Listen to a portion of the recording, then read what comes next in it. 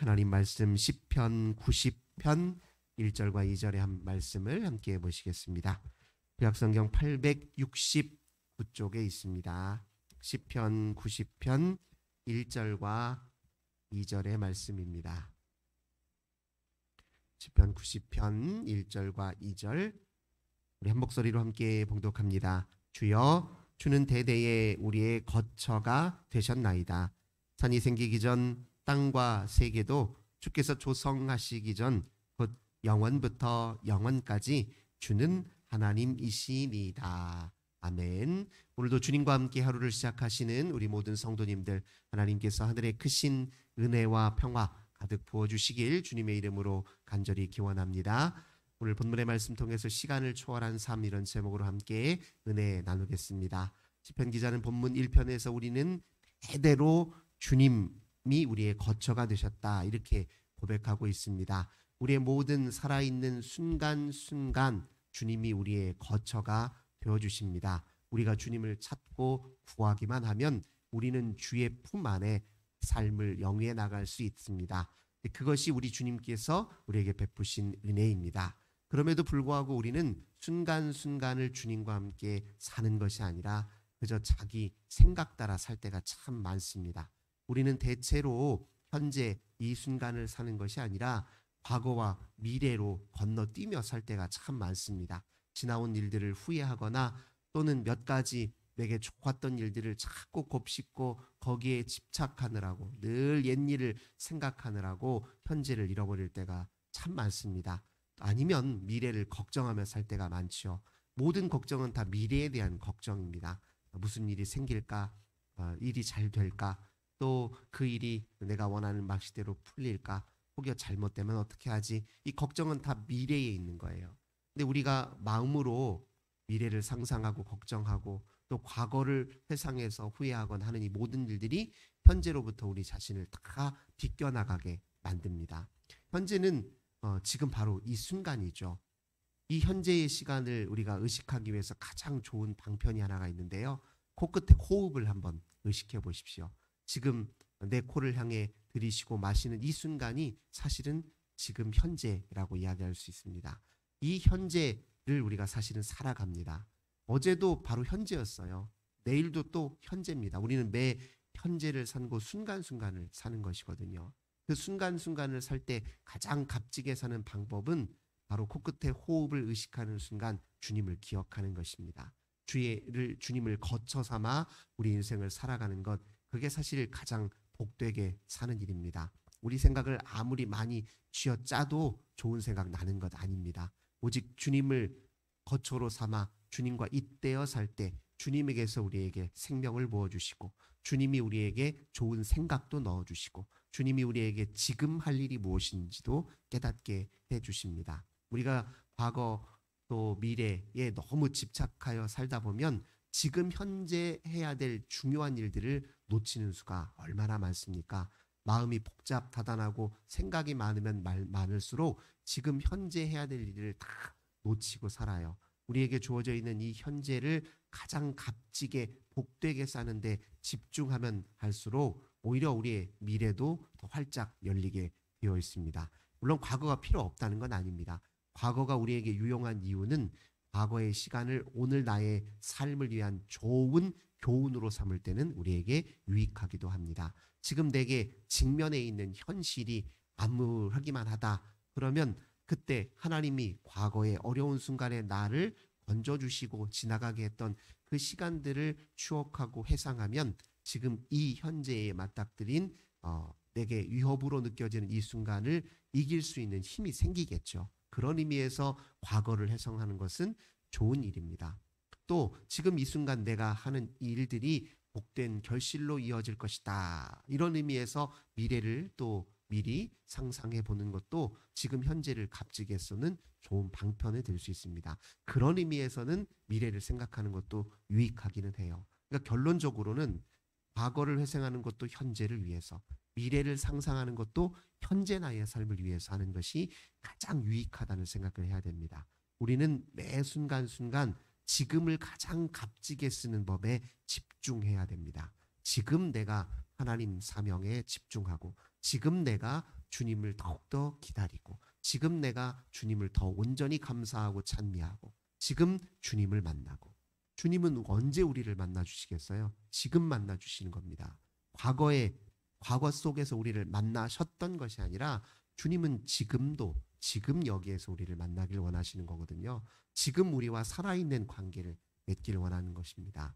미래 어느 순간에 우리를 만나 주신 것이 아니라 지금 내가 이 순간 하나님을 기억하면 이 순간 내가 주님과 접속되는 것이다. 그렇게 믿으시기 바랍니다. 주님을 기억하고 의식하는 순간이 주님과 함께 있는 시간이고 주님과 함께 삶을 사는 것이다. 이렇게 반드시 기억해야 됩니다. 우리는 이 시간 전체로 보면 짧은 생애를 살아가죠.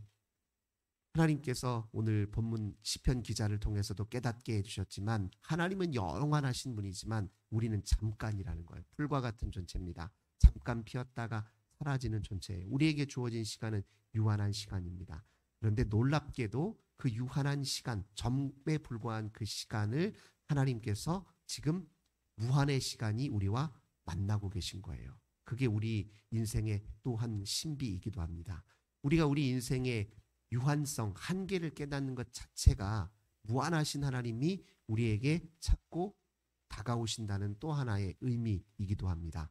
제가 예를 들면 이렇게 설명을 드릴 수 있을 것 같아요. 제 키가 큰 키입니까? 작은 키입니까? 이렇게 여쭤보면 큰 남자를 생각하면 제가 작은 사람이고 작은 남자를 생각하면 제가 큰 사람이 되는 거잖아요. 제가 키가 크고 작은지는 비교 대상이 있어야 돼요. 무엇과 견주어 봤을 때 그에 비해서 크다 작다 이야기할 수 있는 것이거든요. 비교 대상이 없으면 저는 큰 것도 아니고 작은 것도 아닙니다. 마찬가지로 우리가 우리 스스로가 유한하고 잠깐이다라는 사실을 깨달을 수 있는 이유는 뭐냐면 무한하고 영원한 것을 알기 때문에 그렇습니다. 무한과 영원에 빗대어 보면 우리는 유한하단 말이에요.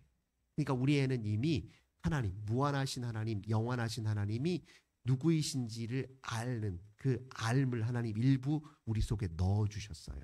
하나님이 우리에게 찾고 무한과 영원을 기억하게 하시고 그거를 찾고 생각나게 하시니까 그것에 비추어 우리 자신을 보니 잠깐이란 말이에요.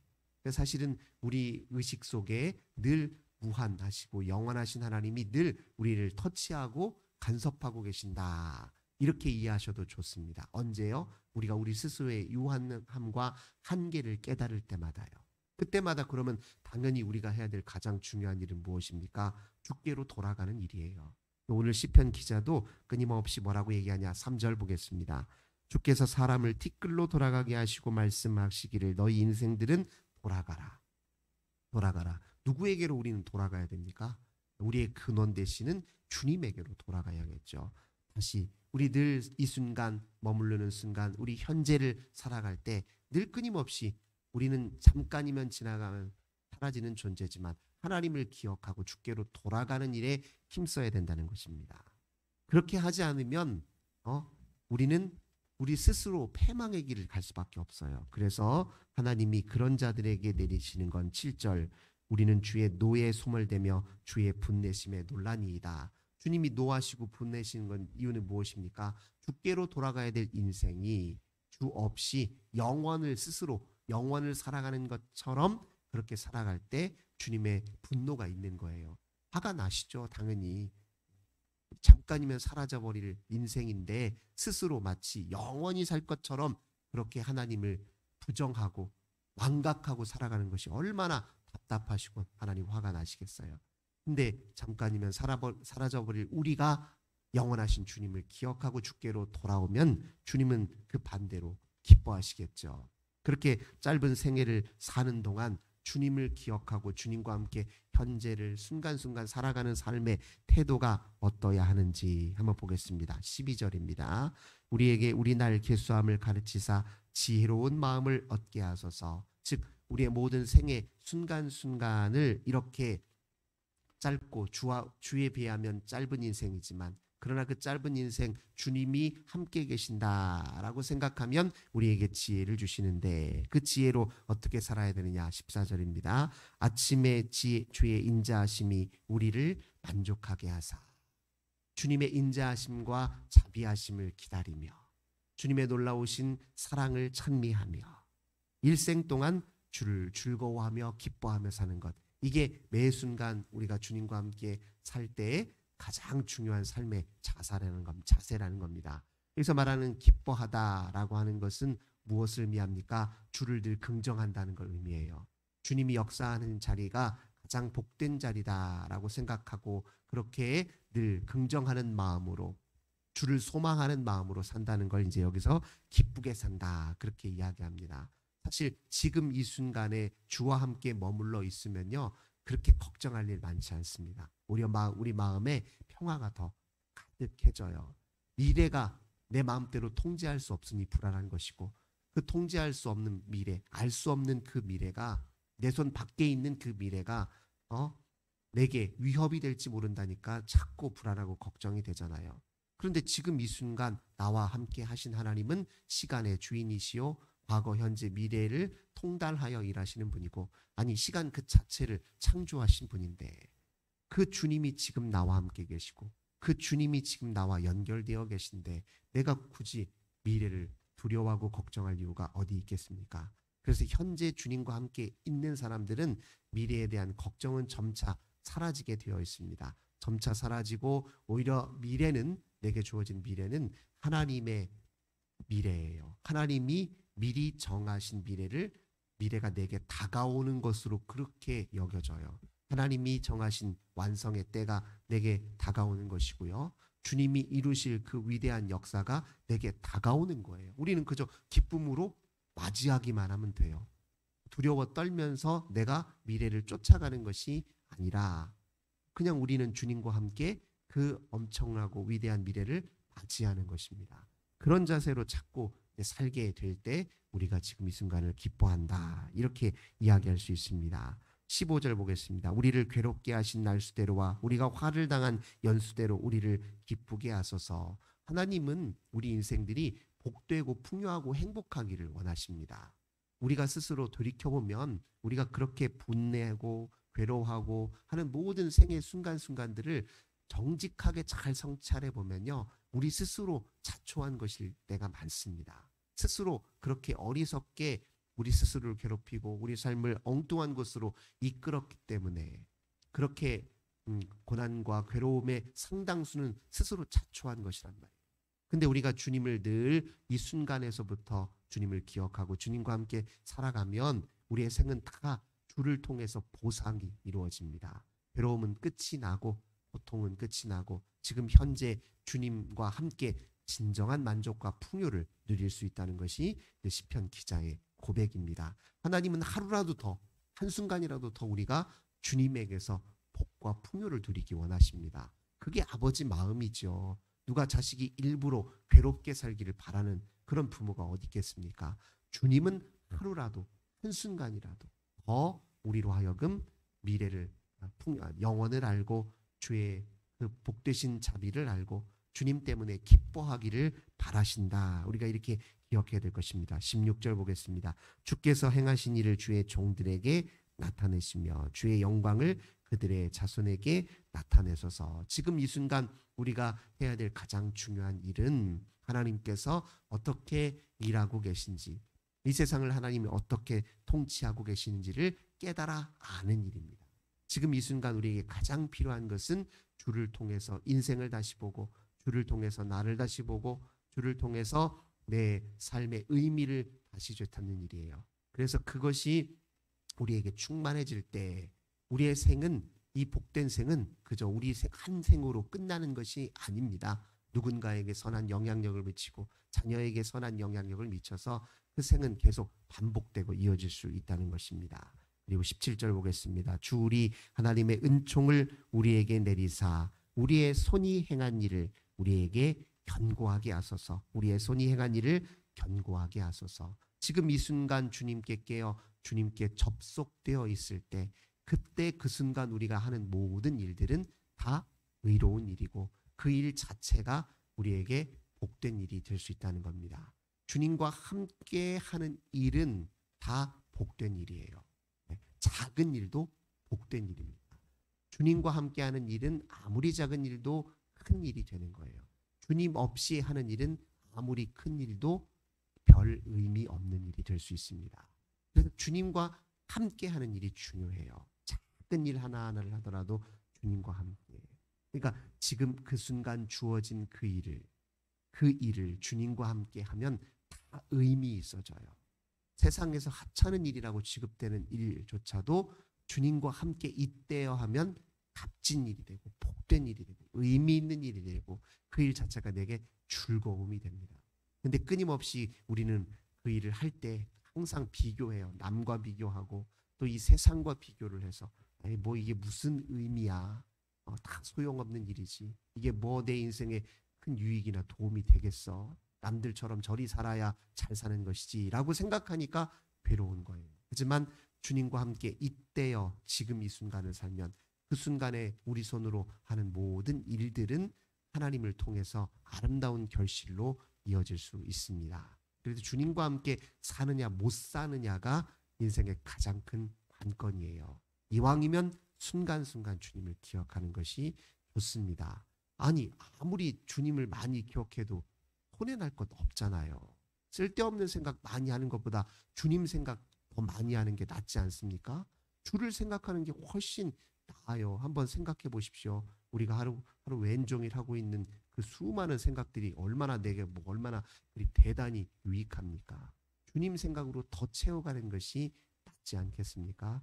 이왕이면 그 순간순간 주님이 계심을 기억하고 주님의 잇대어서 그 순간을 살아가도록 우리 마음과 정성을 쓰고 거기에 귀를 기울이고 관심을 기울이게 되면 우리의 짧은 이 인생의 매 순간순간이 영원을 살아가는 것처럼 우리가 그렇게 경험을 하게 될 것입니다. 우리는 유한하지만 유한한 우리에게 영원이 잇대어 있습니다. 무한함이 지금 우리를 관통하여 있습니다. 그래서 우리는 나중에 영원을 살게 되는 것입니다. 주님께 의존되어 우리가 영원을 사는 것이지 우리는 아무것도 아닌 존재 아닙니까? 주님에게서만 기억되어야 주님에게 기억되어야 우리가 영원을 살 수 있는 것입니다. 오늘 하루를 살 때 매 순간순간 어떻게 하면 주님과 더 연결되어 살 수 있을까에 집중하시는 저 우리 모든 성도님들 되시길 주님의 이름으로 간절히 기원합니다. 참 좋으신 주님 감사합니다. 분주하고 바쁘게 사는데 하나님 주님을 늘 잊어버리고 살고 있는 것은 아닌지 되돌아봅니다. 주를 기억하는 것이 가장 중요한 일이요. 주를 기억함으로 그 순간을 살아내는 것이 가장 복되게 사는 일임을 저희들 다시 한번 마음에 새깁니다.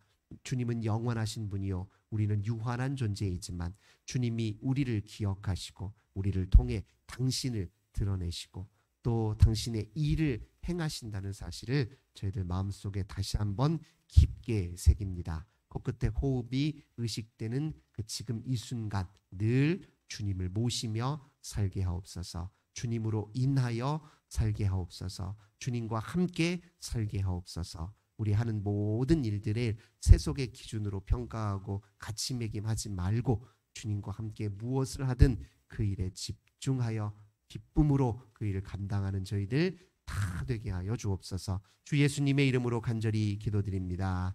아멘. 우리 이 시간에 환우들을 위해서 또 가정의 자녀들을 위해서 나라와 민족을 위해서 기도하겠습니다. 우리 여인구 안수 집사님 천국 현송 예배는 6시 30분에 출발하도록 하겠습니다. 참 좋으신 주님 감사합니다. 오늘도